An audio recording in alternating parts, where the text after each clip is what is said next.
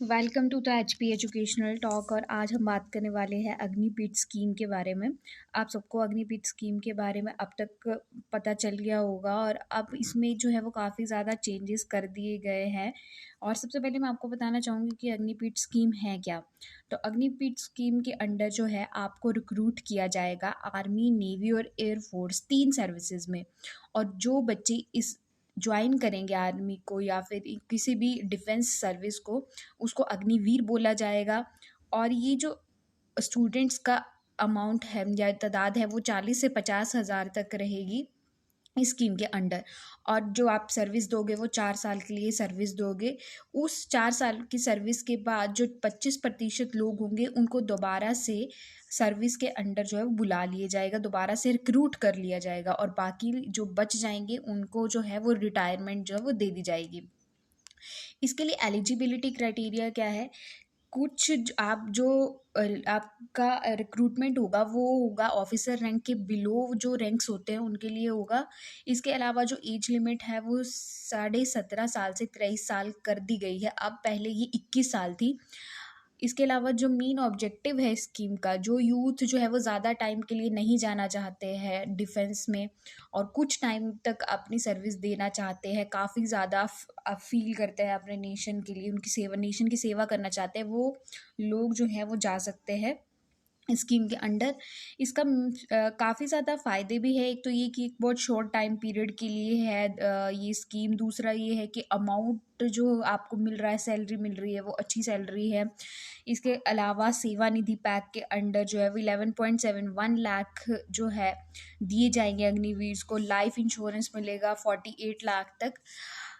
पर इसमें कुछ डिफ़िकल्टीज़ जो है वो आ रही है, जिसकी वजह से काफ़ी ज़्यादा प्रोटेस्ट भी हो रहा है।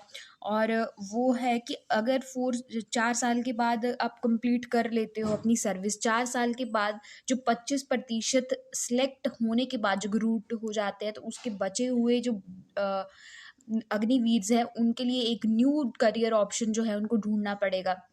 जो लोग तो 17 साल की या 17.5 साल की उम्र में अग्निवीर बन जाते हैं, तो वो 21 साल के बाद काफ़ी ज़्यादा पैसा लेकर आएंगे और एक छोटी सी उम्र में उनके पास अच्छा खासा पैसा होगा।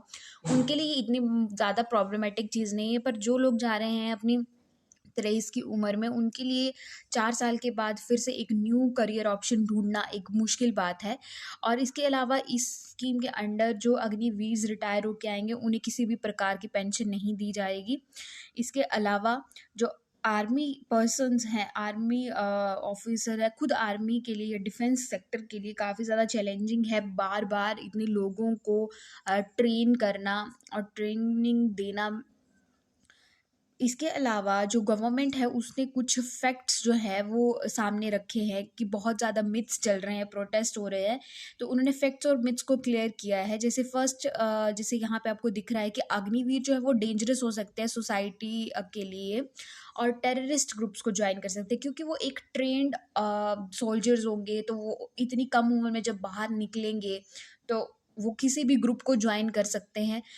इवन की जो फैक्ट है वो ये दिया गया है कि कभी भी रिटायर आर्मी ऑफिसर देखा नहीं गया है कि ये किसी ऐसे ग्रुप को ज्वाइन किया गया अभी तक के पिछले जितना भी करियर में, या आप बोल सकते हैं पिछले जितने भी रिक्रूटमेंट्स हुई हैं।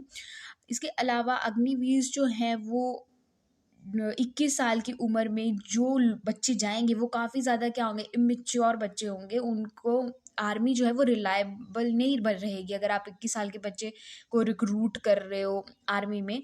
तो इसके लिए ये बोला गया है कि जो most of the armies and nations की वो यूथ पे ही बेस्ड है।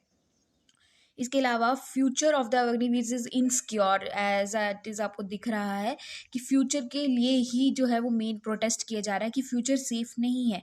तो इसके लिए बोला गया है कि आप यहाँ पर अब इसमें काफ़ी चेंजेस कर दिए गए हैं कि आप अपना स्टार्टअप शुरू कर सकते हैं, आप गवर्नमेंट जॉब्स पे प्रायोरिटी मिल जाएगी। और इस तरीके से आपको उन 4 सालों में ट्रेन कर दिया जाएगा कि आप फर्स्ट प्रायोरिटी बन जाओगे कंपनीज की जॉब्स, जो जॉब्स देना चाहते हैं उनकी।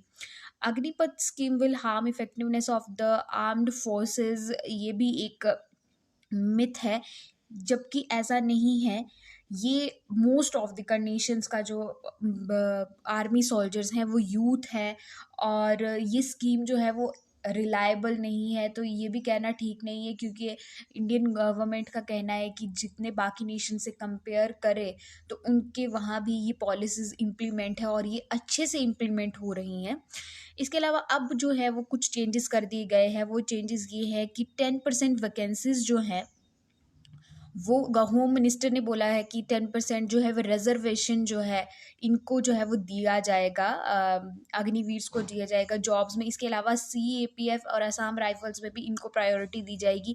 अब एज रिलैक्सेशन जो है वो 5 साल की कर दी है फर्स्ट बैच के लिए, पर ये सिर्फ फर्स्ट बैच के लिए होगी। अगले आने वाले बैचेस के लिए जो है वो ये एज रिलैक्सेशन नहीं मिलेगी। मैक्सिमम एज चेंज कर दी गई है, जो पहले 21 साल थी अब 23 साल है। और ये जो ग्रेजुएट्स है, ग्रेजुएशन कर सकते हो आप ड्यूरिंग द सर्विस। जो 10th करके जा रहे हैं बच्चे वो +1 +2 जो है वो कर सकते हैं। जो +2 के बाद बच्चे जा रहे हैं वो ग्रेजुएशन कर सकते हैं इग्नू के थ्रू और गवर्नमेंट इंस्टीट्यूट के थ्रू। उनको क्रेडिट्स जो हैं वो फुल करने हैं। अगर वो उनके क्रेडिट्स पूरे हो जाते हैं इन सर्विस या बाद में भी, उनको ग्रेजुएशन साथ साथ में कराई जाएगी। इसके अलावा 10% reservation of job vacancies in the ministry of defence ने भी अब ये चीज़ बोल दी है कि 10% रिजर्वेशन हम वहाँ भी देंगे। Thanks for watching.